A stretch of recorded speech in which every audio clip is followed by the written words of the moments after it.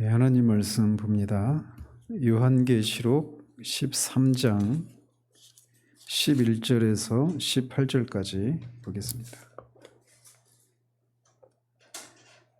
요한계시록 13장 11절에서 18절까지 같이 읽겠습니다. 내가 봄에 또 다른 짐승이 땅에서 올라오니 어린 양같이 두 뿔이 있고 용처럼 말을 하더라. 그가 먼저 나온 짐승의 모든 권세를 그 앞에서 행하고 땅과 땅에 사는 자들을 처음 짐승에게 경배하게 하니 곧 죽게 되었던 상처가 나은 자니라. 큰 이적을 행하되 심지어 사람들 앞에서 불이 하늘로부터 땅에 내려오게 하고 짐승 앞에서 받은 바 이적을 행함으로 땅에 거하는 자들을 미혹하며 땅에 거하는 자들에게 이르기를 칼에 상하였다가 살아난 짐승을 위하여 우상을 만들라 하더라. 그가 권세를 받아 그 짐승의 우상에게 생기를 주어 그 짐승의 우상으로 말하게 하고 또 짐승의 우상에게 경배하지 아니하는 자는 몇이든지 다 죽이게 하더라. 그가 모든 자, 곧 작은 자나 큰 자나 부자나 가난한 자나 자유인이나 종들에게 그 오른손에나 이마에 표를 받게 하고 누구든지 이 표를 가진 자 외에는 매매를 못하게 하니 이 표는 곧 짐승의 이름이나 그의 이름의 수라. 지혜가 여기 있으니 총명한 자는 그 짐승의 수를 세어보라. 그것은 사람의 수니 그의 수는 666이니라. 아멘. 지난주에는 악의 삼일체 두 번째 존재인 바다에서 나온 짐승에 대해서 살폈습니다. 이것은 그리스도를 모방하는 존재로서 정치 권력을 가지고 교회를 핍박하는 국가나 정치 지도자를 가리킨다라고 말씀을 드렸습니다. 오늘은 두 번째 짐승이죠. 두 번째 짐승으로 땅에서 올라온 짐승에 대해서 살펴보도록 합니다. 그래서 오늘 본문은 그게 세 부분으로 나눌 수 있는데 11절은 이제 이 땅에서 올라온 짐승의 모습이 어떤 모습인가를 소개하고 있고 12절에서 17절까지는 둘째 짐승이 하는 일, 땅에서 나온 짐승이 하는 일이 무엇인가를 설명하고 마지막 18절에서는 짐승의 정체성을 밝히는 짐승의 수, 우리가 좀 논쟁적인 그런 666이죠. 그 666에 대해서 언급을 하고 있습니다. 먼저 11절을 보면 내가 또 봄에 또 다른 짐승이 땅에서 올라오니 어린 양같이 두 뿔이 있고 용처럼 말을 하더라 라고 해서 그의 모습이 땅에서 올라온 짐승의 모습이 바다에서 나온 짐승과 다른 모습이다라고 설명을 하고 있습니다. 바다에서 나온 짐승은 뿔이 몇 개였습니까? 10뿔이었어요. 10뿔. 머리가 7이고 뿔이 10이었죠.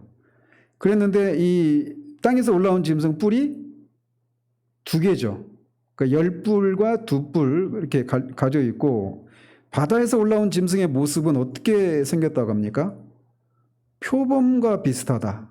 그리고 발은 곰의 발과 비슷하고 또 입은 사자 입과 비슷하다 해서 어떤 맹수의 모습을 띠고 있죠. 그러니까 이게 정치 권력으로 교회를 핍박하는 국가나 정치 지도자니까 칼로, 무력으로 그렇게 행사하는 거잖아요. 그러니까 맹수에 비유하고 있는 겁니다. 이에 비해서 땅에서 올라온 짐승은 뭐와 같이 생겼다고 합니까? 어린 양같이 생겼다 이렇게 말을 합니다. 그래서 어린 양같이 생겼기 때문에 사람들로 하여금 어떤 바다에서 올라온 짐승은 막 무시무시하고 좀 무섭고 이런 인상을 띠는 것에 비해서 땅에서 올라온 짐승은 사람들에게 어떤 경각심을 가지게 하는 그런 모습이 아니라 오히려 호감을 가지게 하는 그런 모습을 띠고 있다라고 해서 알 수 있죠.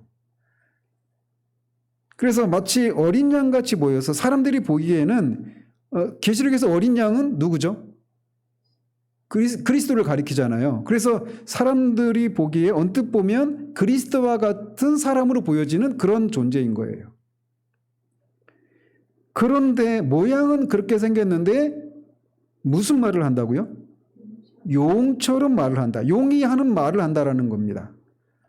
그래서 겉모습은 어린 양처럼 보이지만 본질은 용과 같다라고 말하고 있는 거예요. 말이라고 하는 것은 그 사람의 생각을 말로 표현하는 거잖아요. 잠언에 생각이 어떠하면 그 위인이 어떠하다라고 말을 해요. 그러니까 말을 들어보면 그 사람의 생각이 어떤 생각을 가진 사람인가를 알 수 있고 결국 그 생각을 통해서 그가 어떤 존재인가를 알 수 있다는 것이죠.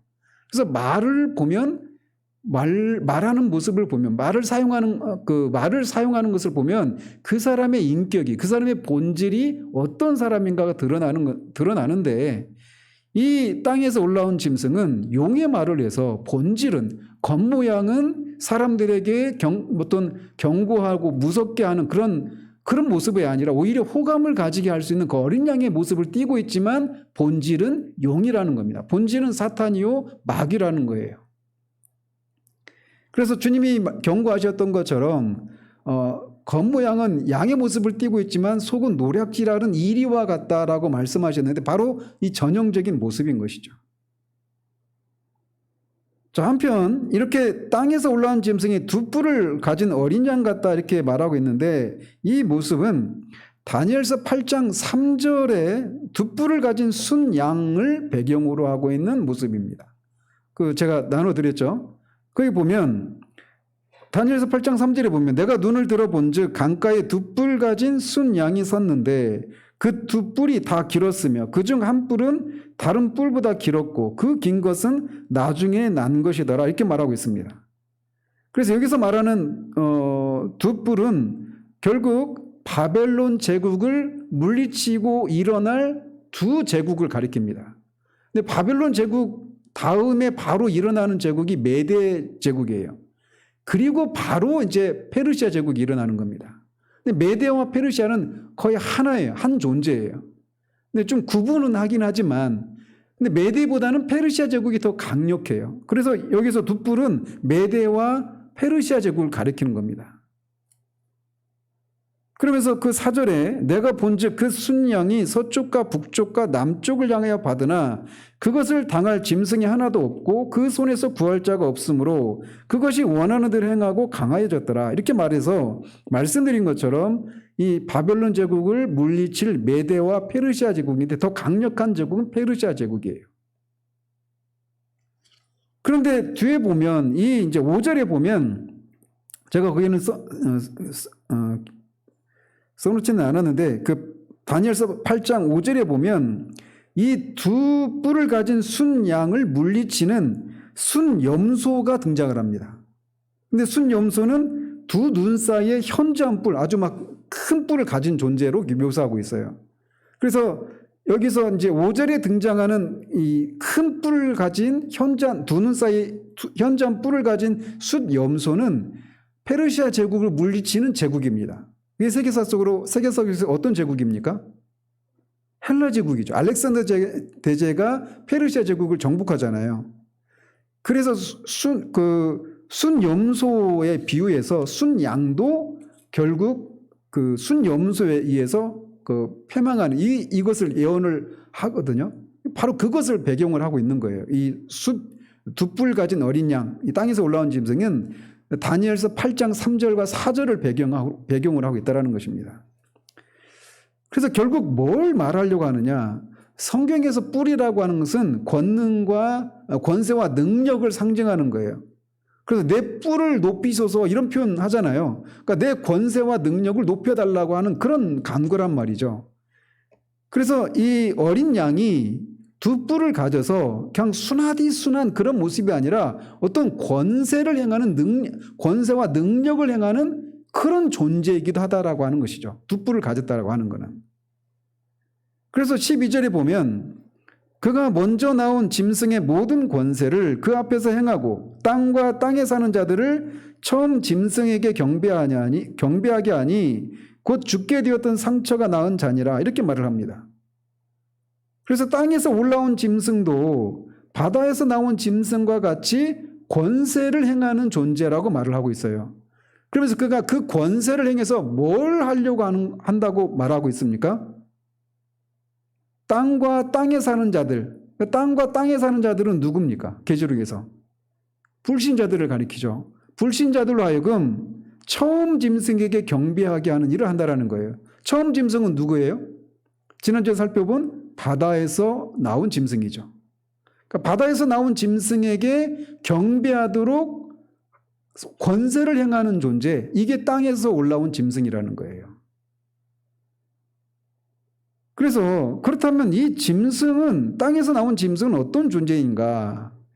결론적으로 말씀을 드리면 그는 악의 삼위일체 중에 하나로서 성령 하나님을 모방하는 그런 존재입니다.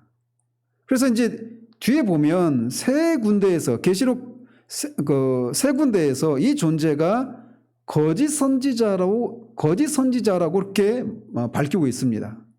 그래서 16장 3절을 보면 이렇게 돼요. 같이 한번 읽어보죠. 또 내가 봄에 개구리 같은 새 더러운 영이 용의 입과 짐승의 입과 거짓 선지자의 입에서 나오니 라고 말해서 용, 짐승, 거짓 선지자 이렇게 말하죠. 그러니까 여기 계시록 13장에서는 짐승을 바다에서 나온 짐승, 땅에서 올라온 짐승 이렇게 구분하는데 16장에 가서는 그 짐승을 그냥 짐승의 입, 짐승과 거짓 선지자 이렇게 구분하고 있어요. 그래서 용, 짐승, 거짓 선지자 이게 악의 삼위일체예요. 요한계시록 13장에서 말하는 12장과 13장에서 말하는 용과 바다에서 나온 짐승, 땅에서 나온 짐승 이게 이 세 존재라는 것이죠. 또 계시록 19장 20절도 같이 한번 읽어보죠. 짐승이 잡히고 그 앞에서 표적을 행하던 거짓 선지자도 함께 잡혔으니 이는 짐승의 표를 받고 그의 우상에게 경배하던 자들을 표적으로 미혹하던 자더라. 여기까지만. 그래서 짐승이 잡히고 할 때 이 짐승은 누굽니까? 13장에서 말을 하면 바다에서 나온 짐승이에요. 그리고 그 짐승 앞에서 표적을 행하던 거짓 선지자, 바로 이게 땅에서 나온 짐승인 거예요. 땅에서 나온 짐승이 처음 짐승 앞에서 권세를 행한다고 그랬잖아요. 그렇죠. 우리가 그리고 읽지 않았지만 아직 살펴보지 않았지만 짐승의 표를 받게 하고 짐승에게 절을 하도록 경배하도록 하는 존재가 땅에서 나온 짐승인데 19장에서도 보면은 거짓 선지자 이렇게 말을 하고 있다는 것이죠. 마찬가지로 20장 10절도 거짓 선지자라고 말하고 있습니다. 같이 한번 읽어보죠.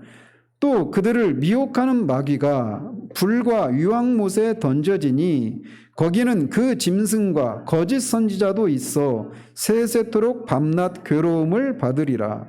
여기서도 이제 앞에서는 용이라고 했는데 여기서 마귀라고 하죠. 마귀, 짐승, 거짓 선지자 이렇게 세 존재를 말하고 있습니다. 그래서 뒤에 있는 것을 볼 때 13장에서 말하는 땅에 올라온 짐승은 거짓 선지자다. 그리고 그가 하는 일은 처음 짐승에게 불신자들로 하여금 경배하도록 하는 그런 일을 하는 것이 그의 일의 목적이다. 이렇게 알 수가 있는 것이죠. 그래서 주님도 우리가 소묵시록이라고 불리는 마태복음 24장에서도 주님의 재림을 앞두고 거짓 그리스도들과 적그리스도들과 거짓 선자들이 여기저기서 막 일어난다라고 얘기를 하고 있거든요. 그래서 보면 마태복음 24장 24절 이렇게 되어 있어요. 거짓 그리스도들과 거짓 선지자들이 일어나 큰 표적과 기사를 보여 할 수만 있으면 택하신 자들도 미혹하리라. 이렇게 경고하셨어요.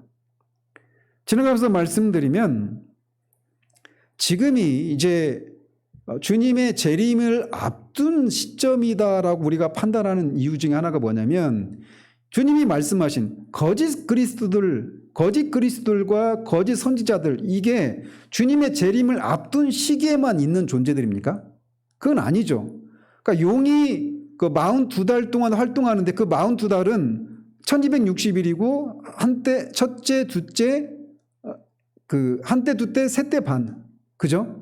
그래서 3년 반 동안, 즉 이 똑같은 기간인데 이 기간은 다 초림과 재림 사이 종말론적인 기간 모두를 가리키는 거예요. 그래서 주님이 오시기 전에 초대교회부터 이미 이런 존재들이 나타났죠. 적그리스도 이미 나타났다고 사도 요한이 말하고 있고 그 당시에. 그죠? 그리고 거짓 선지자들 거짓 사도들 이런 존재들도 이미 그 당시에 존재했었어요. 그런데 특별히 주님의 재림을 앞두고 이런 존재들이 더 많이 나타날 거예요.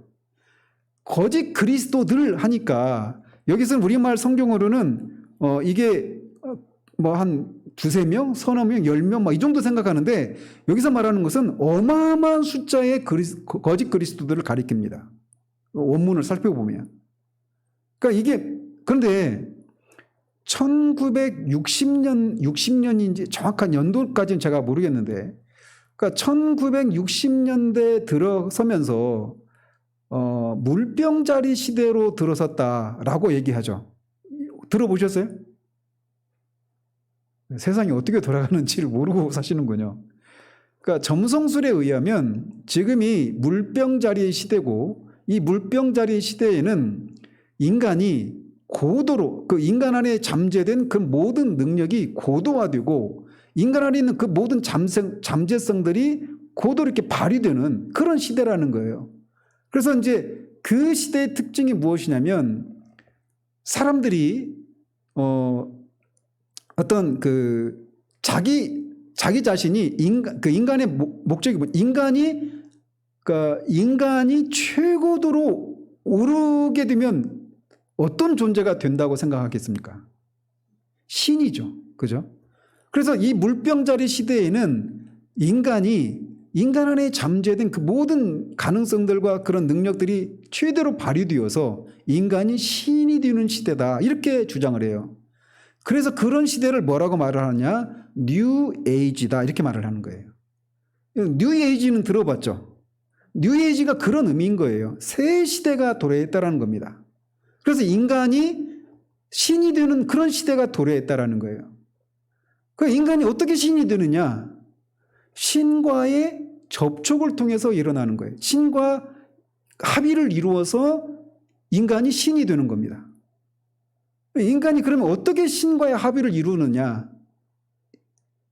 그래서 신이 인간 밖에 존재하는 것이 아니라 인간 안에, 내 존재 안에, 마음의 중심에 신이 있고 그 신과 내가 하나가 되어서 나도 없고 신과의 구분이 없어져서 내가 신이 되는 시대. 이게 뉴에이지 시대라는 거예요.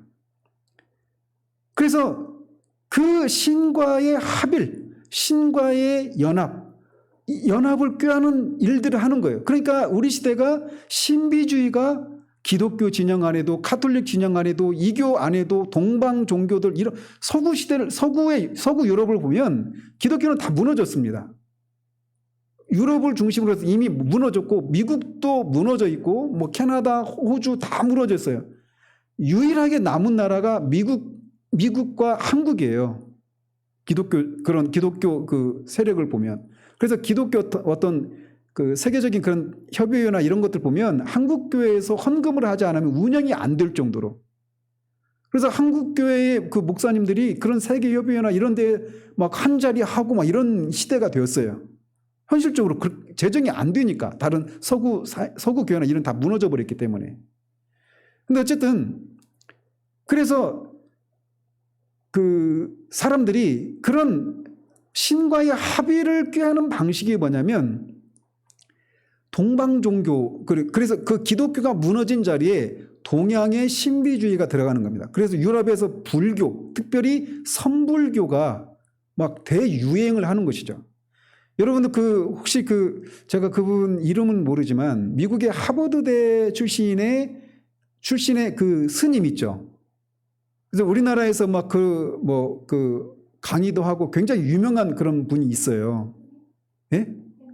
혜민 말고 또 누구 있어요. 그분도 뭐 유명하긴 한데, 근데 제가 뭐 관심이 있어서가 아니라 선불교거든요.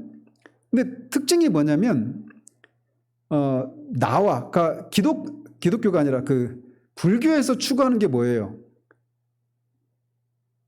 모르죠. 그냥 절에 가서 내 자식 잘 되고 내 집 잘 되고 이렇게 비는 게 불교 생활의 전부라고 생각하시면 안 돼요. 그러니까 불교에서 추구하는 거 뭐냐면 물체와 내가 일체가 되는 거예요. 그러니까 무라일체라고 하죠. 무라일체. 그러니까 무라일체 통해서 무라일체 상태 가운데서는 나와 물체의 구분이 없어지는 거예요. 그러니까 지금 아까 제가 말씀드렸잖아요. 신과 합의를 통해서 나와 신과의 그런 구분이 없어지고 내가 신의 일부가 되고 내가 신이 되는 거예요. 궁극적으로는. 근데 불교의 그 선불교 사상과 맞물리는 거예요. 동양의 신비적인 그런 요소들이. 그래서 서구 사회에 이 신비주의가 동양의 신비주의, 그 다음에 이슬람교 안에서도 그 수피교 이런 이슬람 분파가 시아파, 그 다음에 또 뭐 있죠? 시아파, 수니파, 또 뭐죠? 이게 시아파, 수니파, 이게 이제 양대 산맥이고, 또 하나 이슬람의 신비 종파가 지금 이름 생각이 안 나네. 시아파, 제가 지금 애드리브로 하는 거예요 지금. 그러니까 그 수피교. 그래서 거기가 이제 그 이슬람계 그 신비 종파인데, 신비주의 이런 것들이 굉장히 전 영역에 걸쳐서 지금 막 대유행을 이루고 있어요. 여러분도 혹시 관상기도 이런 거 들어보셨죠? 관상기도. 그 관상기도 이것도, 그리고 카톨릭에서는 그거를 향심기도라고 그래요. 한자로. 그러니까 향심, 어디로 향한다? 마음의 중심을 향하는 거예요. 그러니까 기도가 하나님을 향해서 하는 것이 아니라 기도가 내 중심을 향하는 거예요. 내 중심. 그래서 내 안에 있는 신을 만나는 것이 기도의 목적인 거예요. 관상기도도 그런 것의 연장이죠. 언제 한번 제가 이거를 우리 교회에서 한번 할 거예요. 그러니까 신비주의에 빠진 기독교라고 하는 이런 부분과 교육사에서 나온 책이 있는데, 그게 언제부터 이렇게 본격적으로 됐느냐? 물병자리 시대로 이렇게 돌입하면서 새로운 시대, 뉴 에이지 시대가 되었다라고 말하면서 사람들이 여기저기서 이제 그런 관상기도나 이런 동양의 신비 종교나 이런 것들의 특징이 뭐냐면, 신과 합의를 이루기 위해서는 내가 없어져야 되잖아요. 나라고 하는 존재가. 그죠? 내가 없어지는 방법이 뭐냐면 생각을 비우는 거예요. 생각을. 예? 생각을. 그래서 생각을 지우는 방법 중에 하나가 뭐냐면 짧은 주문이나 이런 것들을 계속 반복하는 겁니다. 그래서 그런 주문들을 만트라라고 해요. 만트라. 트라는 생각이고 만은 풀이에요. 생각으로부터 자유로워지는 거예요. 내가 무엇인가를 생각하는 한 나는 존재하는 거잖아요. 데카르트가 말한 것처럼 나는 생각한다. 고로 존재한다. 그러잖아요. 내가 생각하고 있는 내가 존재하는 한 나는 있는 거예요. 그런데 생각하는 내가 없으면, 즉 생각을 하지 않으면 내가 없어지는 거예요. 그 상태가 무념 무상의 상태인 거예요. 그때 신과의 합의를 이루어지고 내가 신이 되는 거예요. 그러니까 이 시대에 얼마나 많은 그리스도들이 나타날까요?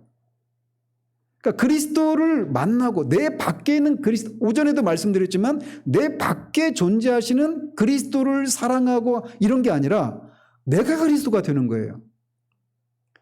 그래서 그 방식은 생각을 비우는 거예요. 그래서 이거를 이제 다른 기독교적인 용어로 말을 하자면 수동적인 생각을 하는 거죠. 생각을 비우는 거예요. 그러니까 기독교 진영 안에서도 나도 모르게 기도를 하다가 내가 하나님의 음성을 듣겠다, 하나님의 뜻을 알겠다라고 하는 이런 동기로 기도를 하다가 내 생각을 비우는 거예요. 생각을 비우고 그 공백의 상태에 그 안에 들어오는 생각, 그게 하나님의 뜻이다. 이런 생각들을 하는 것이죠. 그런데 그러다가 거기에 악한 영과의 만남이 이루어지는 거예요. 사람들이 귀신이 들리는 그런 과정도 다 생각을 비울 때 거기에 귀신이 들어가는 거예요. 그래서 기도할 때 우리가 조심해야 되는 거예요. 기도할 때. 여러분들이 기도할 때 막 이제 귀신 들릴지 모른다 이렇게 하면서 기도를 경계하실지 모르겠는데 수동적인 생각이 그렇게 위험한 겁니다. 근데 어쨌든 주님이 재림을 앞두고는 그렇게 거짓 그리스도들이 막 일어난다고 하셨는데 지금이 그런 시대다라고 말할 수 있는 것이 뉴 에이지 시대로 돌입하면서 그렇게 신이 되는 시대가 되었단 말이에요. 그래서 여러분들이 이런 것들을 관심을 가지고 유튜브나 이렇게 들어가 보면 이렇게 주장하는 사람들이 굉장히 많습니다. 내 안에 있는 신을 만났다. 내 안에 있는 그리스도를 만났다. 이런 식의 얘기들. 그게 다 뉴 에이지적인 그런 생각을 반영하는 거예요. 근데 이런 것들이 굉장히 우죽순으로 일어나고 있다는 것입니다. 나중에 이거를 말씀을 한번 살피게 되면 여러분들이 굉장히 놀랄 거예요. 나도 모르게 이 시대에서 막 그냥 아무렇지도 않게 그게 옳은 것처럼 최신의 신앙이고 아주 깊은 신앙생활을 하는 사람처럼 보였던 그 사람들의 생각들이 전혀 비성경적인, 반성경적인, 사탄적인 그런 생각이었구나라고 하는 것을 알고 소스라치게 놀라는 일들이 일어날 거예요. 어쨌든 주님이 재림을 앞두고는 그렇게 거짓 그리스도들과 거짓 선지자들이 일어날 것이다 이렇게 말씀하셨는데 이 존재들은 말씀드린 것처럼 재림을 앞둔 시점에만 나타나는 것이 아니라 이미 초대교회에서부터 활동했던 그런 존재들이고 재림을 앞두고는 더 기승을 부린다 이렇게 이해를 하시면 되겠어요. 자, 그렇다면 이 거짓 선지자들이 하는 일이 무엇이냐? 12절을 보면 땅과 땅에 사는 자들, 즉 불신자들로 하여금 처음 짐승, 즉 바다에서 나온 짐승에게 경배하게 하는 일을 한다 이렇게 말하고 있습니다. 그러니까 짐승에게 경배한다. 짐승은 바다에서 나온 짐승이에요. 근데 바다에서 나온 짐승이 누구라고 했습니까? 정치 권력을 가지고 교회를 핍박하는 국가나 정치 지도자가 짐승이란 말이에요. 바다에서 나온 짐승이란 말이에요. 그렇다면 이 요한계시록을 받을 당시의 짐승은 누구일까요? 그런 존재가 누굽니까? 정치 권력을 가지고 교회를 핍박하면서 동시에 사람들로부터 경배를 받는 존재. 이 누구예요? 로마 황제들이죠. 그죠? 그래서 짐승에게 경배한다라고 하는 것은 1차적으로 로마의 황제를 숭배하는 것을 모델로 하는 겁니다. 로마 제국 안에 황제 숭배, 로마 제국이 처음부터 로마 제국이 됐던 건 아니에요. 그러니까 오랜 동안 도시국가로 출발했다가 이제 점점 막 위기도 만나고 완전 패망의 위기도 만났다가 어쨌든 왕국으로 점점 세력을 키워가다가 나중에 공화정의 시대를 지나서 여러분들이 알다시피 아우구스투스 그 로마의 초대 황제가 아우구스투스 황제거든요. 존엄자라고 하는 뜻인데 그 아우구스투스라고 하는 황제를 따라서 달력 8월이 뭡니까 영어로? 어거스트잖아요. 그게 아우구스트예요. 그 황제 이름을 딴 겁니다. 8월이라고 하는 달이. 그러니까 원래 순서대로 하면 7월이 31일이니까 8월은 30일이어야 되잖아요. 8월 아우구스트 존엄자 신이니까 이 존재 그 달을 31일로 한 겁니다. 달력이. 그렇게 그 달력의 원래 그 기원도 그렇게 되어 있는 거예요. 근데 어쨌든 이 아우구스투스 황제 때 제국이 돼요. 그러면서 로마라고 하는 제국이 얼마나 컸냐면 남부 유럽을 다 지배했습니다. 그러니까 이탈리아에서부터 시작했잖아요. 로마에서 시작했잖아요. 이탈리아 반도를 다 먹고 그 다음에 그 위로 있는 스위스, 오늘날의 스위스, 뭐 서유럽 있잖아요. 서유럽, 남부 유럽. 독일 라인강을 경계로 해가지고 그 아래쪽으로 다 지배했고 유럽은. 그 다음에 북쪽 그 아프리카로는 북아프리카, 오늘날 뭐 튀니지, 그 리비아 이런 쪽 있죠. 이런 쪽. 그 다음에 이집트 여기까지. 북아프리카 그 지역을 다 통치를 했고 그 다음에 동쪽으로는 그들 기준으로 볼 때 동쪽으로는 오늘날 터키를 중심으로 해서 이 중동 지역, 고대 중동 지역까지 다 지배를 했단 말이에요. 그래서 지중해가 바다잖아요. 근데 지중해가 마치 호수와 같은 그럴 정도로 그렇게 넓은 그 제국을 통치하는 제국이 된 거예요. 그러다 보니까 그 안에 얼마나 많은 나라들, 인종, 문화, 인종의 그 종교의 그런 차이들이 얼마나 심할까요? 그러다 보니까 이 제국을 그 큰 제국을 통치하기 위해서는 뭔가 어떤 통치 원리가 필요했던 겁니다. 그래서 하나는 무력입니다. 팍스 로마나 로마에 의한 평화 해서 무력으로 다 정복을 하는 겁니다. 그래서 통합을 꾀하는 거예요. 또 하나는 뭐냐면 종교예요. 종교. 각각의 종교들은 인정해 줍니다. 각 나라의 종교들은, 고유의 종교들은 다 인정해 줘요. 근데 제국을 통합하기 위한 새로운 종교를 하나 만들어내는데 그게 뭐냐면 황제 숭배라고 하는 종교예요. 그래서 황제를 신으로 신격화해서 신으로 섬기는 겁니다. 근데 황제가 신이 되는 방식은 세 가지예요. 하나는 죽고 난 다음에 후임자가 그 황제를 신격화하는 거예요. 언론의 결의를 통과해서.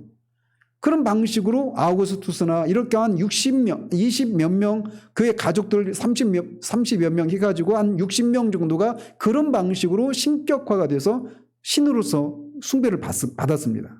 또 하나는 살아있을 때, 황제 자신이 살아있을 때 직접 자신을 신격화하는 겁니다.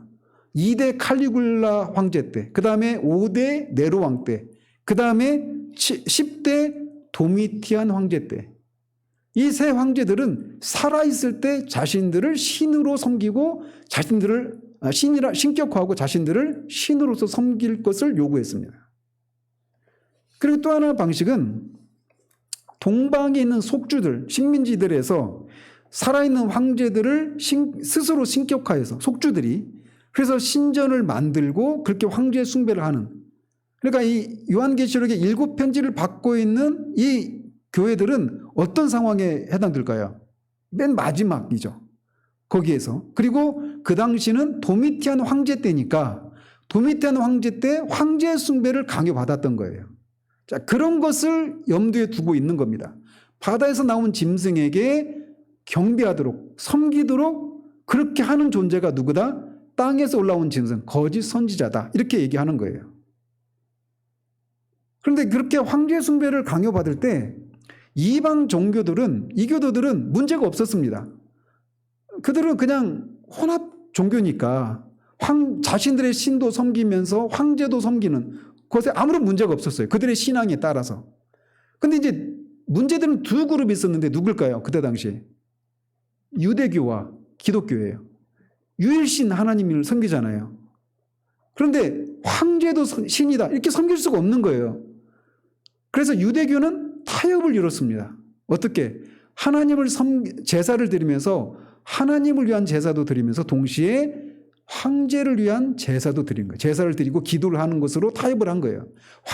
신전에 가서 황제에게 절하는 그 황제 숭배 예식에 동참하지 않는 대신 자신들이 하나님을 섬기는 그런 제사를 드릴 때 황제를 위한 제사를 드리도록 한 거예요. 타협을 이룬 거죠. 그래서 이들은 그 황제 숭배 때문에 타격을 입지 않았어요. 유대인들은. 그런데 기독교는 그것도 안 한 거죠. 그래서 기독교인들만 황제 숭배에 의해서 핍박을 받은 겁니다.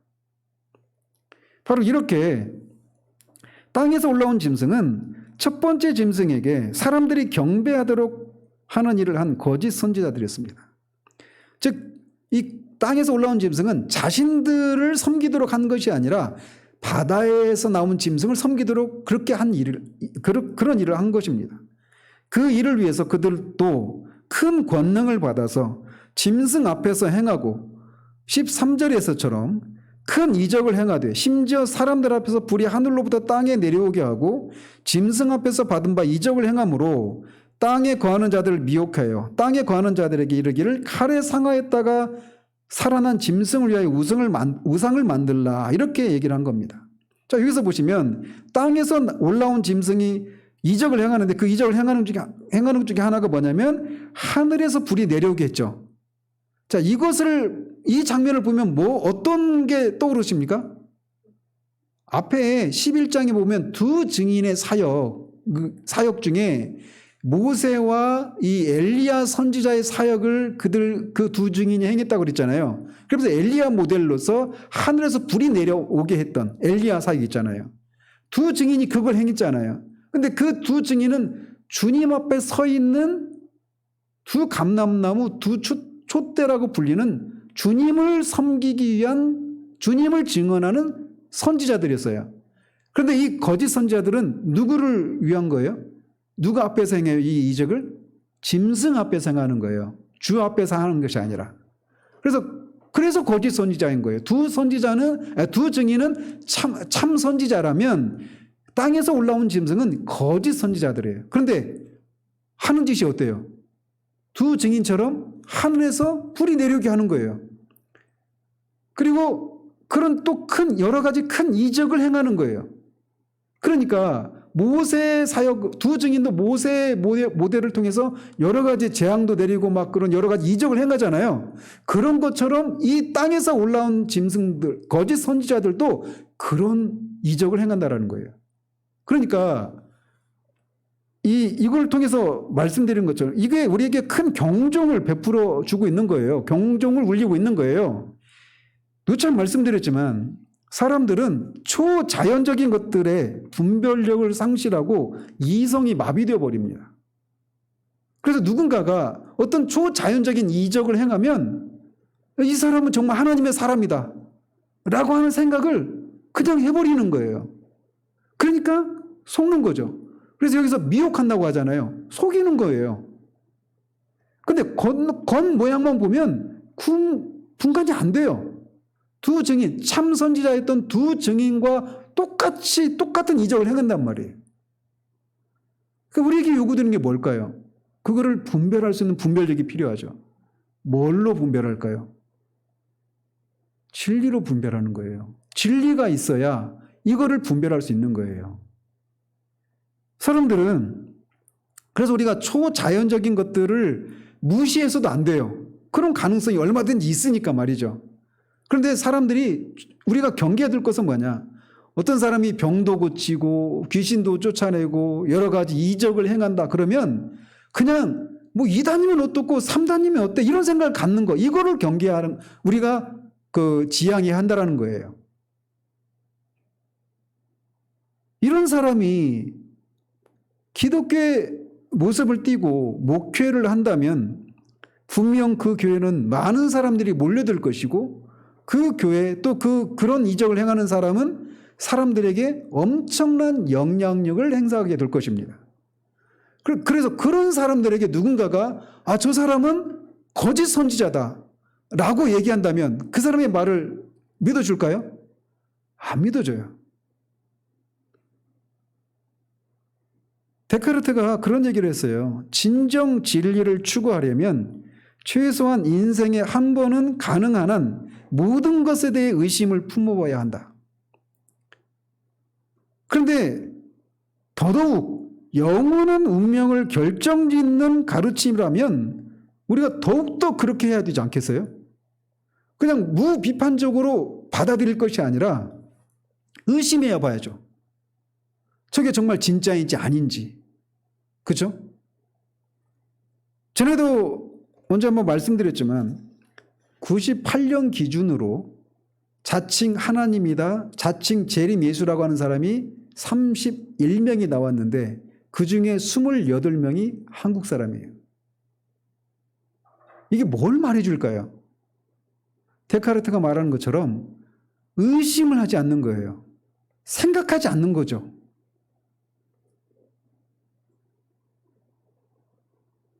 이 사람들이 어떤 정신병자들이 아닙니다. 이번은 그들을 따르는 그 어마어마한 추종자들을 거느린 사람들이었어요. 우리 집사님 정도는, 강 집사님이나 이 박 집사님 정도는 아마 그 연배에 되실 것 같아. 그 전도관, 박대선 장로 있잖아요. 거기서 신앙촌 물 마시면 병이 낫고 막 그런 거 있었잖아요. 근데 거기에 어떤 이적이 안 나타났을까요? 거기 나타냈다니까요. 그러니까 모이는 거예요. 몰려드는 거예요. 그런데 그렇게 많은 자칭 하나님, 자칭 재림 예수라고 하는 사람이 28명이 나타났는데 지금 더 많죠. 이만희도 그 후에 사람이니까. 그러니까 이런 사실은 한국교회가 얼마나 생각하는 신앙생활에 대해서 배관시하고 있는가를 보여주고 있는 거예요. 생각하지 않는 신앙생활처럼 위험한 게 없어요. 특히나 종말론과 관련해서는 더욱더 이런 현상이 두드러집니다. 자, 이렇게 땅에서 올라온 짐승은 기독교를 핍박하는 큰 권력자나 나라를 섬기도록 사람들을 속이느라는 그런 존재입니다. 그래서 이런 존재들에 대해서 주님은 이 겉은 양이지만 속은 노략질하는 이리와 같은 존재들 이렇게 말을 했고, 사도 바울은 고린도후서 11장 13절 15절 이렇게 말합니다. 제가 적어놨나요? 같이 한번 읽어보죠. 그런 사람들은 거짓 사도요 속이는 일꾼이니 자기를 그리스도의 사도로 가장하는 자들이니라. 이것은 이상한 일이 아니니라. 사탄도 자기를 광명의 천사로 가장하나니 그러므로 사탄의 일꾼들도 자기를 의의 일꾼으로 가장하는 것이 또한 대단한 일이 아니니라. 그들의 마지막은 그 행위대로 되리라. 그러니까 이미 이런 존재들이 고린도 교회 안에 이미 존재했어요. 이 초대교회 안에. 그런데 주님의 재림을 앞둔 시기에는 더욱더 이런 존재들이 기승을 부릴 거예요. 그래서 분별의 은사가 필요합니다. 진리로 무장하지 않으면 그 분별하는 거 쉽지 않아요. 그 이적들을 행하니까 그 이적의 원천이 무엇이고 그런 일을 행하는 사람의 가르침, 궁극적인 가르침이 뭔가를 분별해야 되잖아요. 분별할 수 있는 기준, 유일한 기준이 뭐예요? 유일한 잣대가 뭐예요? 정경, 하나님의 말씀이에요. 하나님의 말씀에 대해서 우리가 정통하지 않으면 분별하지 못하는 거예요. 자, 그러면서 15절에서는 땅에서 올라온 짐승이 땅에 거하는 자들로 하여금 첫 번째 짐승을 섬기도록 하기 위해서 더 하는 일을 더 구체적으로 묘사하고 있습니다. 15절 같이 한번 읽어보죠. 그가 권세를 받아 그 짐승의 우상에게 생기를 주어 그 짐승의 우상으로 말하게 하고 또 짐승의 우상에게 경배하지 아니하는 자는 몇이든지 다 죽이게 하더라. 짐승의 우상에게 생기를 주어서 말하게 하는 권세를 행한다. 이거는 굉장히 신기한 일이죠. 우리가 알다시피 구약성경에서는 우상의 존재를 풍자하시면서 그 입이 있지만 말하지 못하고 귀가 있지만 듣지 못하고 손이 있지만 움직이지도 못하고 막 그런 얘기를 하잖아요. 그 우상은 우상이나 우상을 만든 자나 그것을 섬기는 자들이나 다 망한다. 우상은 아무런 그냥 헛것이다, 헛개비다 이렇게 말을 하잖아요.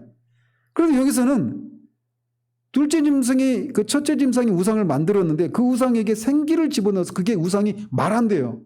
그러니 얼마나 사람들이 속기 쉽겠냐고요.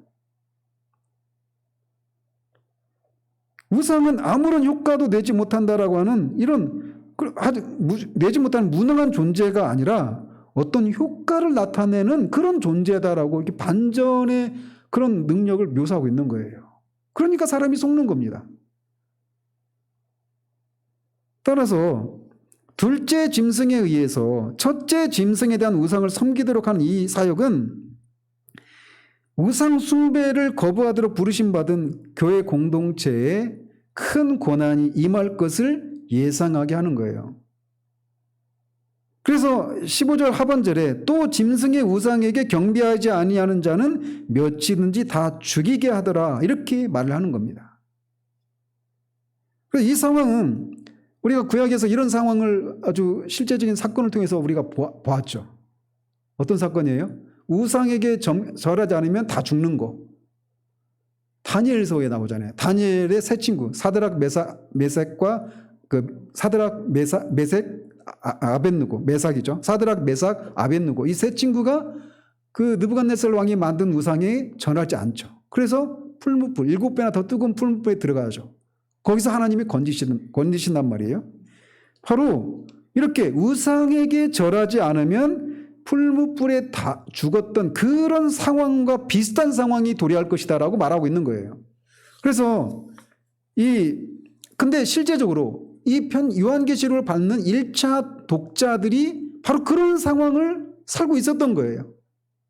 지금 그들이 당하고 있는 또는 더 심해지게 될 그 상황을 경고하고 있는 거예요. 자, 그러면서 첫째 짐승을 경배하도록 하기 위해서 땅에서 올라온 짐승이 취한 일을 16절, 17절 상반절에 이렇게 기록하고 있습니다. 같이 한번 읽어보죠. 그가 모든 자, 곧 작은 자나 큰 자나 부자나 가난한 자나 자유인이나 종들에게 그 오른손에나 이마에 표를 받게 하고 누구든지 이 표를 가진 자 이외에는 매매를 못하게 한다. 이렇게 말하고 있습니다. 그러니까 모든 사람이 그 오른손에나 이마에 표를 받게 하는데 이 표가 짐승의 표라는 거예요. 그러면서 이 표라고 하는 것은 그게 의미하는 게 뭐냐? 그가 짐승에게 속해 있다라고 하는 것을 표시해 주는 표입니다. 이 표가 한번 나왔죠. 이 표가 인과 똑같은 거예요. 그래서 앞에 7장 2절에서 4절에 보면 14만 4천의 이마에 뭘 찍죠? 하나님의 인을 찍죠. 그래서 그 이마에 하나님의 인을 맞은 사람들은 하나님께 속한 사람들이고 심판의 대상이 아니다라고 하는 것을 증명해 주는 거예요. 그런데 여기서도 이제 이것도 모방하는 거예요. 그러니까 사탄도 모방의 존재란 말이에요. 하나님의 하신 일들을 모방해서 사람들로 하여금 속게 하는 거예요. 그래서 이들도 이마뿐만 아니라 오른손에도 표를 맞게 합니다. 그래서 그 표를 맞지 않으면 어떻게 한다고요? 매매를 못하게 한대요. 매매를 못하게 한다는 얘기는 뭐예요? 경제활동을 못하게 한다, 이런 의미예요. 그 표를 받지 못하면, 우상에게 절하고 받은 그 표가 없으면 경제활동을 못한다라는 거예요. 근데 이제 그 표를 오른손이나 이마에 맞게 한다, 이렇게 말하고 있는 건데, 오른손이나 이마는 그러니까 쉽게 드러난 신체 부위에 맞게 한다, 이런 말로써 짐승의 표를 맞은 자가 짐승에게 속했다라고 하는 것을 분명하고 명백하게 표시할 것을 요구하는 것이다 라고 할 수가 있습니다. 자, 그러면서 이렇게 짐승의 표를 받지 않으면 매매를 못하게 된다. 즉 말씀드린 것처럼 경제활동을 못하게 한다, 이런 의미인데, 로마 정부 제국 전체에서 그랬다라고 하는 사례는 실제적으로 없다고 그래요. 그런데 일부 지방에서는 이런 짐승의 표, 즉 황제에게, 1차적으로는 황제에게 절하는 거죠. 그러니까 황제 예식에, 숭배 예식에 참여하면 그 증서를 받는데 그게 없으면 경제활동을 못하는 거예요. 그 결과 그것을 거부했던 그리스도인들은 극도로 가난한 삶을 살 수밖에 없겠죠. 그래서 7교회 중에 특별히 서머나 교회와 이 빌라델비아 교회 일부들이 그렇게 말씀하시죠. 너희들이 가난하나 실상은 부자라, 이렇게 말씀하시잖아요. 서머나 교회를 향해서도. 그러니까 그런 이유 때문에 그러는 겁니다. 그리고 그런 타협을 이루어서 황제 숭배를 해서 경제활동을 하게 하려고 하는 그런 시도를 이세벨이라고 하는 여자 선지자를 통해서 그런 시도를 했던 거예요. 그러니까 1차적으로 이 땅에서 올라온 짐승 중에 하나가 교회 안에 버가모 교회인가요? 거기 이세벨이라고 하는 자칭 선지자라고 하는 여자가 있었잖아요. 그런 여자들이 바로 그런 일을 한 거죠. 근데 그 사람들 보십시오. 교회 안에 그때도 말씀드렸지만 어떤 광신주의에 하나님 앞에 깊이 기도하고 하나님을 뭐 개인적으로 깊이 만나고 이런 사람이에요. 그런 사람이 하는 말을 교인들이 듣고 그가 하라는 대로 하는 겁니다. 근데 결과는 망하는 길이에요. 그러니까 분별이 필요한 것이죠. 자, 그러면서 실제적으로 서머나 교회나 빌라델비아 교회가 이런 이유로 극한 가난 가운데 처하게 됐단 말이에요. 자, 그렇다면 그 짐승의 표가 뭐냐 그러면 이게 이제 교회를 다니지 않는 사람들도 그런 처음에 관심을 기울이는 부분이 바로 여기죠. 짐승의 표 뭐예요? 666. 그래서 17절 하반절과 18절에서 이렇게 말합니다. 한번 같이 한번 읽어보죠. 이 표는 거기서부터, 이 표는 짐승의 이름이나 그 이름의 수라. 지혜가 여기 있으니 총명한 자는 그 짐승의 수를 세어보라. 그것은 사람의 수니 그의 수는 666이니라. 소위 666이에요. 여기서 666이 여기서 나오는 겁니다. 자, 먼저 이 표는 짐승의 이름이나 그 이름의 수다, 이렇게 말하고 있어요. 이 무슨 말이에요? 그 표가 짐승의 이름이라는 겁니다. 그 표가 또 이름의 수라는 거예요. 그러니까 짐승의 이름과 이름의 수가 수를 같은 것으로 말하고 있는 거죠. 그러니까 이 당시에는 오늘날과 같은 아라비아 숫자가 존재하지 않았어요. 아라비아니까 아라비아에서 발견된 숫자죠. 숫자 표기 방법이죠. 이 아라비아 숫자는 십자군 전쟁 때에서야 들어왔어요, 유럽에. 그러니까 이 당시에는 없었죠. 아라비아 숫자라고 하는 게. 그래서 숫자를 어떻게 표기를 했냐면 헬라나 히브리어 같은 경우에는 알파벳에 고유의 숫자가 있습니다. 알파는 1 이런 식으로. 그래서 그 알파벳으로 숫자를 표시했단 말이에요. 그러니까 사람의 이름도 알파벳으로 되어 있잖아요. 그러면 사람의 이름도 숫자를 계산할 수 있겠죠. 그래서 그런 것들을 게마트리아라고 말을 합니다. 이 알파벳으로 숫자를 표현하는 방법을 게마트리아 이렇게 말을 해요. 게마트리아에 의해서 그런 것들이 유행을 했는데 예나 지금이나 똑같아요. 여기도 보면 옆에 건물에 보면 기둥에 나는 누구를 너무나 사랑한다 이렇게 써 있어요. 이 이름이. 근데 폼페이 그 화산 폭발로 폼페이가 묻혔잖아요. 근데 그 폼페이에서 발견한 그런 벽에 보면 낙서가 써 있는데 거기에 나는 그의 이름이 545인 그녀를 사랑한다 이렇게 써 있대요. 그러니까 옛날이나 지금이나 똑같죠. 그러니까 이름이 545인 그녀를 사랑한다는 거예요. 그러니까 545가 알파벳을 어떻게 조합하느냐에 따라서 이런 이름도 될 수 있고 저런 이름도 될 수 있겠죠. 545가 되는 그 수의 경우가 한 가지만 있는 게 아니지 않겠어요. 그죠? 그래서 어쨌든 이런 것들을 게마트리아법 이렇게 말을 하는데 여기서 말하는 짐승의 수 666이라고 하는 것은 사람의 이름이라는 거예요. 그러니까 사람의 이름이고 그 사람의 이름을 알파벳으로 환산하면 이게 666이 되는 이름이다라는 겁니다. 이게 여기서 말하는 의미가. 그래서 많은 학자들이 여기에 이제 대체적으로 동의하는데 그러면 666에 해당되는 이름이 누구냐? 네로 황제라는 거예요. 네로 황제. 그래서 네로 황제의 그 네로 캣사라라고 하는 그 헬라어를 히브리어로 음역한 후에 그 히브리 알파벳의 숫자를 세보면 666이 됩니다. 그런데 왜? 짐승은 어떤 존재라고요? 정치 권력을 가지고 교회를 핍박하는 국가나 정치 지도자라고 말했잖아요. 그러니까 네로는 실제로 그런 존재죠. 그러니까 교회를 핍박했죠. 그리고 살아있을 때 자신을 신이라고 선언하고 신으로서의 대접을 받으려 했단 말이에요. 그러니까 전형적인 짐승이죠.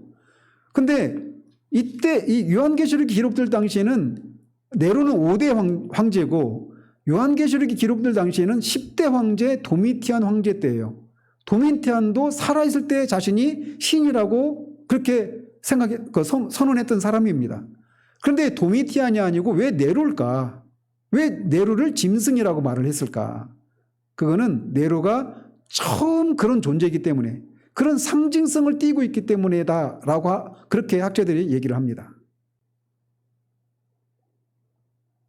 그래서 따라서 그런데 이 짐승이라고 하는 게 이 당시에는 첫 번째 존재는 네로 황제였겠지만 그리고 다음에는 그 도미티안도 짐승이죠. 그죠? 그렇게 보면 정치 권력을 가지고 교회를 핍박하는 국가나 정치 지도자 그 존재가 짐승이니까 그런 존재들이 역사 속에서 한 명만 있었나요?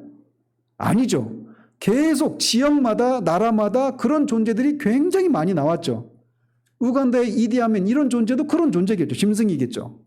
북한의 김일성, 김정일, 김정은 이런 존재도 다 그런 존재죠. 지난번에도 말씀드린 것처럼 시진핑도 어쩌면 그런 존재예요. 시진핑 우상화가 지금 진행되고 있다고 하니까 교회를 핍박하고 핍박하고 있고요. 그러니까 뭐 히틀러도 그렇고 나폴레옹도 그런 존재이고 스탈린도 그런 존재고 그런 거죠. 그러니까 짐승이라고 불리는 그러니까 네로는 처음으로 시작한 상징적인 존재에서 그런 존재 그 짐승을 네로라고 하는 그런 인물로 이렇게 내세웠지만 역사 속에서 그런 존재는 계속 있어 왔다라는 거예요. 자, 그래서 어떤 사람은 이 666이라고 하는 것에 이렇게 초점을 두고 그 미국의 가장 유명한 국무장관이 누구죠? 헨리 키신저 들어보셨어요? 키신저의 이름이 666이래요. 그리고 소련의 맨 마지막 서기장이 미하일 고르바초프잖아요. 고르바초프도 그 이름을 환산하면 666이래요. 그런 식으로 하는데 여기서 말한 그건 영어나 이런 것으로는 그 게마트리아가 적용이 안 된단 말이에요. 그러니까 그런 존재들은 이 짐승에 해당되지 않아요. 사실 그런 존재들과 교회를 핍박하고 막 숭배를 받고 그런 건 아니잖아요. 그러니까 666에 맞추다 보니까 그런 존재까지 언급을 합니다. 심지어는 칼빈도, 루터도, 베자, 존 낙스 이런 분도 이름을 계산해 보면 666이 된대요. 이런 식으로 제가 말씀드리고 싶은 건 뭐냐면 사람들의 관심이 666이 누굴까? 666이 뭘까? 온통 이런 것에 관심을 두고 있다라고 하는 것을 말씀드리려고 하는 거예요. 전혀 가능성이 없는 사람조차도 그렇게 하고 있단 말이에요. 칼빈을, 루터를. 아마 이런 사람들은 아마 칼빈과 루터를 되게 싫어하는 사람일 거예요. 자, 어쨌든 666은 1차적으로 사람이에요. 사람. 그죠? 사람인데 이 사람이 정치 권력을 가지고 교회를 핍박하는 사람, 그 사람을 짐승이라고 하고 그 사람의 이름이 66, 계산해 보면 666이다. 이렇게 말하는 거예요. 근데 그 숫자 666이라고 하는 것을 맞추기 위해서 이제 막 가능성이 전혀 없는 사람을 끌어들이는 것은 잘못된 것이다. 이런 말씀을 드리는 것이고요. 자, 그래서 그러면 그 짐승이 그런 존재라면 정치 권력을 가지고 교회를 핍박하는 그런 존재라면 그 짐승의 표는 뭐냐라고 할 때 그 표에 대한 얘기가 수도 없이 나옵니다. 여러분 그 베리칩 이게 666이다 이런 얘기 들어보셨죠? 베리칩이다. 또 신용카드다. 백신이다. 최근에는 코로나 전국에서 백신이 짐승의 표다 이런 얘기하는 사람도 있었어요. 그리고 최근에는 블랙체인 기술을 이용한 암호화폐 이게 이 짐승의 표다. 666이다. 이렇게 주장하는 사람도 있어요. 근데 그들이 말하는 공통점이 있어요. 뭐냐면 매매를 못 하잖아요. 짐승의 표를 받지 않으면 매매를 못 하잖아요. 그러니까 신용카드가 없으면 이제 경제 활동이 안 되는 거예요. 그러니까 신용카드가 짐승의 표다 이렇게 하는 거예요. 베리칩도 마찬가지고. 그래서 그걸 통해 가지고 뭐 유전자를 조작, 뭐 백신도 마찬가지, 다 똑같은 얘기하죠. 블랙체인 기술을 이용한 그런 암호화폐가 666 이렇게 주장하는 사람들 결국은 이제 화폐가 다 없어지고 이 암호화폐로 이제 다 모든 게 이제 도입이 되니까 그거를 사용하지 않으면 경제 활동을 못 하고 기독교인 같은 경우는 그것들을 이제 차단한다는 것이죠. 그런 식으로 얘기하는데 그들이 하나 간과하고 있는 게 있어요. 뭘까요? 짐승의 표가 먼저입니까? 짐승이 먼저입니까? 짐승이 있어야 짐승의 표가 뭔지 알잖아요. 그러니까 베리칩이다, 백신이다, 암호화폐다 이런 얘기 하는데 짐승이 누군지 알아요? 그러니까 짐승이 없는데 짐승의 표가 이거다 이렇게 말하고 있는 셈이란 말이에요. 그러니까 그런 것들은 가능성이 없는 거죠. 아시겠어요? 이런 얘기 우리 교회 혹시 듣는 사람 중에 제가 얘기하면 콧방귀를 뀌는 사람들이 있을 거예요. 왜냐하면 그런 주장들이 굉장히 막 음모론자들에 의해서 널리 퍼져 있으니까. 그런데 그런 것들에 미혹되지 마시라는 겁니다. 성경에서 네로라고 하는 이름이 그렇게 헬라어로 된 그 네로 황제라고 하는 이름을 히브리어로 음역하면 숫자가 666이 되는데 666이라고 하는 숫자 안에는 하나님의 어떤 그 유머러스함 이렇게 숨어져 있는 숫자이기도 합니다. 어떤 면에서 그러느냐? 7이라고 하는 숫자는 완전수예요. 하나님의 숫자입니다. 그래서 성경에 보면 그 천지창조가 7일이죠.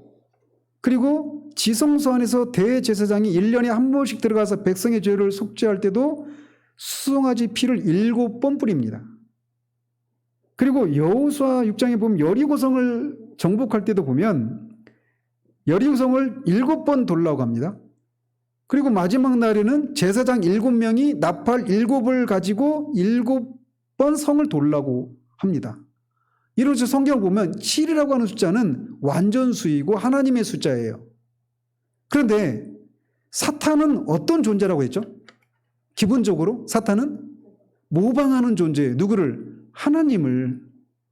그러니까 하나님을 모방하는 존재예요. 그래서 성부, 성자, 성령을 모방해서 용, 바다 짐승, 땅의 짐승, 이 삼위일체를 하는 거예요. 그리고 그들의 행위도 마치 그런 그리스도가 권세를 행하는 것처럼 바다에서 올라온 짐승도 권세를 행하고 거짓 선지자들도 참된 선지자들이 하는 것처럼 그런 모방을 한단 말이에요. 기본적으로 모방하는 존재가 사탄이에요. 그래서 사탄도 권능을 행하고 사람들을 핍박하고 받게 해서 또 경제 활동을 못하게 해서 막 사람들을 그렇게 짐승에게 절하도록 우상숭배하도록 막 그렇게 하지만 결국 어떻게 된다는 얘기예요? 실패로 끝난다라는 거예요. 그래서 사탄이 아무리 용을 써도 6밖에 안 된다라는 거예요. 아무리 하나님을 모방해서 그가 얼마나 큰 권능을 행한다 하더라도 완전수에 미치지 못하는 하나 부족한. 그러니까 사탄이 얼마나 화가 나겠어요. 내가 그 하나만 넘어서면 하나님과 같이 되는데 그걸 넘지 못하는 거예요. 그러니까 그거를 얘기하는 겁니다. 666이라고 하는 숫자 안에는 그런 의미도 들어있는 거예요. 사탄이 아무리 하나님을 모방하고 권능으로 능력으로 그렇게 하나님을 모방하고 속이려고 해도 사람들을 속이려고 해도 성공하지 못한다라는 거예요. 어떤 풍자적인 의미도 있는 숫자인 거예요. 그러니까 666이라고 하는 숫자가. 그런 의미로 봐야지 666이 뭐 베리칩이냐 신용카드냐 뭐 백신이냐 다 근거 없는 얘기들입니다. 그리고 아까 말씀드렸지만 그거 기억하세요? 짐승의 표가 뭐다라고 말하기 전에 짐승이 뭐냐가 먼저 결정이 돼야 돼요. 그래야 짐승의 표가 뭐다 이게 되는 거지. 그게 아닌 한 그런 얘기를 하는 것이 지금 옳지가 않은 거죠. 합리적이지 않는 거죠. 따라서 우리는 666이 누구인지 또는 그 짐승의 표가 무엇인지 이런 것들에 온통 마음을 빼앗겨서는 안 됩니다. 성경은 우리에게 분명하게 말해요. 그 요한계시록 17장 14절인가 4절이 그 요절인데 그리스도에게 속한 사람은 이긴다라는 거예요. 그러니까 우리가 짐승이 누구인가, 짐승의 표는 또 뭔가 이거에 우리가 마음을 쏟을 것이 아니라 내가 그리스도에게 속한 사람인지 아닌지를 아는 일에 우리의 마음을 에너지를 다 쏟으면 돼요. 내가 정말 그리스도에게 속한 사람이면 우리는 안전합니다. 누가 하나님의 손 안에 있는 자들을 빼앗아갈 수 있어요? 아무도 없단 말이죠. 그래서 이렇게 이 편지를 받고 있는 요한계시록을 받고 있는 1차 이 독자들이 짐승이라고 묘사된 황제 숭배를 강요받고 그것을 하지 않으면 진짜 극한 가난 가운데 처하기도 하고 죽는 일도 있단 말이에요. 그런 상황인데도 이기라고 하는 거예요. 그들이 하는 일은 666에 불과하다는 겁니다. 666이 아니라 666666 계속 6에 불과하다는 거예요. 완전수에 미치지 못한다는 겁니다. 그러니까 그런 것들에 겁먹고 신앙에 타협을 하고 하나님도 섬기고 우상도 섬기는 이런 일을 하지 말라는 겁니다. 끝까지 이기는 자들에게 앞에서 말씀드린 여러 가지 것들을 주신다라고 말씀하시는 거예요. 그러므로 우리는 내가 정말 구원받은 사람인가 여기에 천착해야 돼요. 그리고 구원받은 자로서 그 깨끗함과 거룩함을 순결함을 잃어버리지 않기 위해서 하나님의 도우심을 힘입어서 그 삶을 하나님이 원하시는 삶을 살아가는 겁니다. 그래서 계속 다시 결론으로 돌아와요. 여기에 기록된 것을 읽고 듣고 지켜 행하는 자가 복이 있다라고 했던 것처럼 그렇게 하는 겁니다.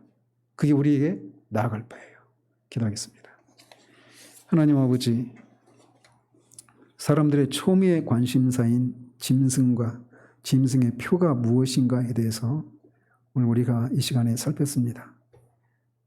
부족한 종이 언급한 그런 짐승의 표로 오늘날 언급되고 있는 이런 것들 이외에도 수없이 많은 것들이 언급되고 있는 그런 시대를 살고 있습니다.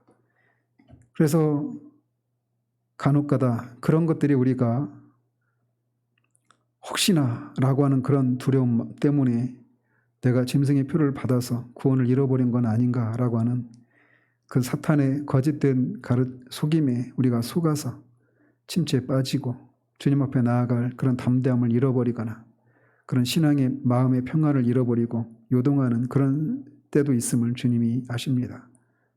따라서 우리가 진리로 정말 무장해서 사탄이 아무리 발광을 해도 하나님의 능력에 미치지 못하는 모방권에 불과한 것임을 알고 그렇다고 해서 그것을 무시할 것이 아니나 주님의 능력을 힘입어서 우리가 싸워 이길 수 있는 존재들이고 주님께 속한 자들은 반드시 승리한다라고 하는 이 진리를 붙들고 우리를 믿는 자들까지도 미혹하려고 하는 그 거짓 선지자들의 그런 속임에 넘어가지 않는 그런 우리 모두 될 수 있도록 도와주시기를 원합니다. 예수 그리스도 이름으로 기도합니다.